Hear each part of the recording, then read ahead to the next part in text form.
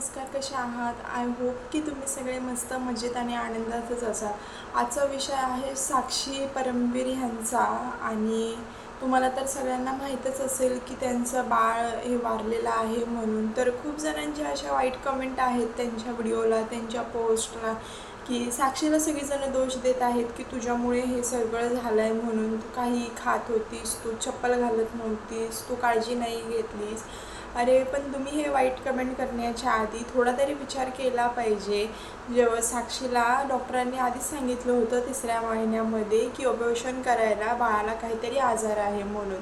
जर त्यांना त्या नवरा बायकोला, साक्षी आणि तिच्या नवऱ्याला ते बाळ या जगात आणायचंच नसलं असतं तर 3ऱ्या महिन्यातच त्यांनी बाळ ऑपरेशन केलं असतं, जसं डॉक्टरांनी सांगितलं होतं तसं. पण त्यांनी ते न करता खूप धाडस ठेवून त्या बाळाला जन्म दिला. बोलतात ना, त्यांनी जग दाखवलं. ते महिना दीड महिना त्यांच्या सहवासात होतं. त्याला हसवणं, खेळवणं, हॉस्पिटलमध्ये स्पेशल गाडी करून नेणं, इतक्यापर्यंत ते करत होते.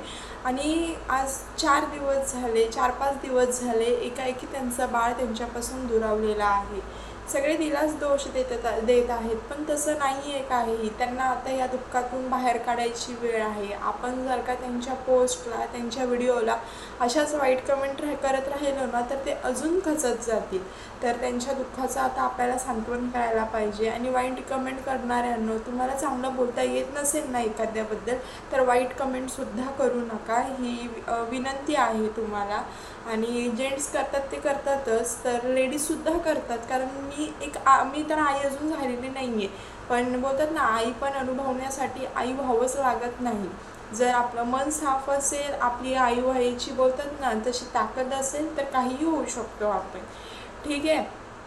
तर तसंच काहीसं आहे. तिला जो त्रास होत होता डिलेवरीच्या टायमाला, तेव्हा पण तशा खूप कमेंट करायचे तिला की तू नाटकी करतेस म्हणून, तू मुद्दाम करतेस, तू सासूला त्रास देतेस, असं आणि तसं. मुद्दाम कुणीही करत नाही. जेव्हा एखाद्याचं खरंच दुखतं ना, तेव्हा खरंच दुखत असतं. आणि डोळ्यातून येणारे जे पाणी आहे ना, एखादं बोलतात ना, दुखल्यावर जे आई आठवते आणि डोळ्यातून पाणी येतं, ते खरंच असतं, ते खोटं नसतं. ठीक आहे. तर एखाद्याला कमेंट करायच्या आधी विचार करा, आपण काय बोलतोय काय नाही. आपल्या बोलण्याने एखाद्याचं मन दुखावलं जाईल. कारण एका बापाचं मुलीवरती किती प्रेम असतं ना, हे मला विचारा. कारण मी पण एक मुलगी आहे. माझ्या वडिलांनी जेव्हा माझं लग्न केलं, आजपर्यंत आज 1.5 वर्ष झाली माझ्या लग्नाला, एक दिवस किंवा एक रात्र कधीच अशी सुनी गेली नाही आहे की त्यांचा फोन आला नाही आहे.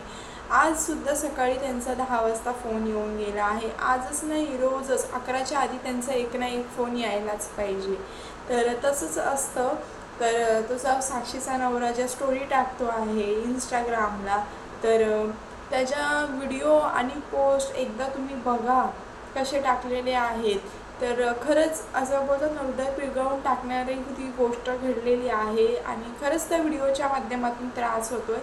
तर नका एखाद्याला अशी बोलतात ना वाईट कमेंट करू आणि काहीही बोलू. कारण तुमच्या एका मेसेजमुळे, एका कमेंटमुळे दुसऱ्याचं बोलतात खूप त्याच्या मनावरती काही इफेक्ट होत असतो. कारण ज्याचं जळतं त्यालाच कळतं की काय असतं.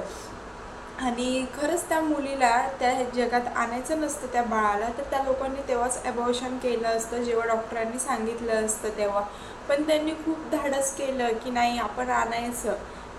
मी तर अशी देवाला विनंती करते की बरं झालं लवकर त्यांनी बाळाला त्यांच्यापासून दूर केलं. कारण ते जर का मोठं झालं असतं, ते रांगलं असतं, खेळलं असतं, बोलली असती, किंवा आई बाबा त्यांना बोलले असती. बोलतात ना, ते आई बाबांसाठी आहे ना प्रत्येक क्षण आहे ना, बोलते प्रत्येक मुमेंट खूप भारी असतात पहिले. आणि बरं झालं त्यात सर्व गोष्टी झाल्या नाही आहेत. लवकरात लवकर गोष्ट झाली आहे ती महिना 1.5 महिन्यात.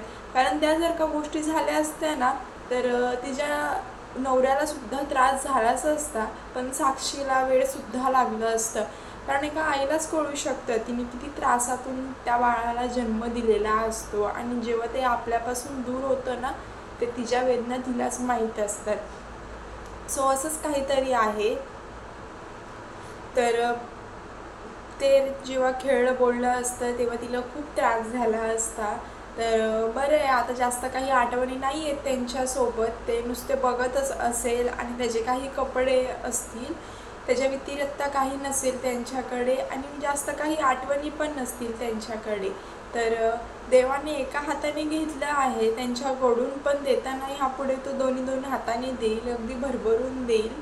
तर कसं आहे, वरच्याच्याच हातात असतं देणं पण आणि घेणं सुद्धा. या जगात आपण आलो आहे म्हणजे एक ना एक दिवस तरी आपल्याला जायचं आहे. मी काय आणि व्हिडिओ बघणारे तुम्ही काय, तर असंच आहे. तर नका अशा वाईट एखाद्याला कमेंट करू, कारण जे त्यांच्या आधीपासून व्हिडिओ बघत असतील ना त्यांनाच माहीत असेल की साक्षीला काय त्रास होत होता आणि किती तिच्या घरच्यांनी सहन केलं होतं. आणि त्यांची परिस्थितीही नव्हती 4 व्हीलर करणं, गावात आणणं. ती अक्षरशः टेम्पोनीसुद्धा नवरा तिचा आणतसुद्धा होता आणि तिला हॉस्पिटलला नेतसुद्धा होता. आणि जसं बाळ आलं ना तसं तो 4 व्हीलर करून अगदी घराच्या दारापर्यंत ती गाडी घेऊन येत होता तो. तर असंच असतं काहीसं. बोलतात ना, वडिलांचं जितकं आपल्या पोरांवरती प्रेम नसतं ना तितकं पोरींवरती असतं प्रेम. एक काय 4 पोरी जरी एका घरात असतील ना तरी प्रेम समान असतं. हां, काही वडील दाखवून देत नाही प्रेम, पण काही वडील बोलतात ना त्यांचं मन, सगळ्याच वडिलांचं मन हळवं असतं. तर नका अशा कोणाला काहीही कमेंट करू की ज्याच्यामुळे एखाद्याचं मन दुखावलं जाईल. आता आपली वेळ अशी आहे की त्यांच्या दुःखाचं आपल्याला सांत्वन करायचं आहे.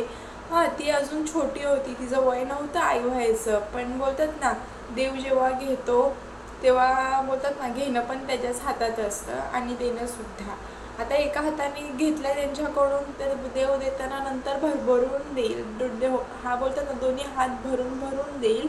तर आणि यापुढे ती लोकंसुद्धा काळजी घेतील, साक्षीसुद्धा काळजी घेईल, कारण बोलतात ना ठेच लागल्याशिवाय माणसाला कळत नाही पुढे कसं चालायचं ते. तर यापुढे जेव्हा ती आई होणार असेल तेव्हा ती खाण्यापिण्याचं म्हणा, कारण ती ह्याच्या आधी व्हिडिओत तुम्ही बघितलं असेल समोसे हे ते खात होती, कान ती बांधत नव्हती, विदाऊट चप्पलच चालायची त्याच्यामुळे. तर असं काहीही नाही आहे, तिचं बाळ तिच्यापासून काचेतसुद्धा होतं 15-20 दिवस. तुम्ही जे व्हिडिओ बघत असतील त्यांचे तर त्यांनी तुम्हाला माहीतच असेल तिच्यापासून खूप लांब होतं बाळ. ती या हॉस्पिटलला होती आणि ती बाळ या हॉस्पिटलला होतं काचेमध्ये.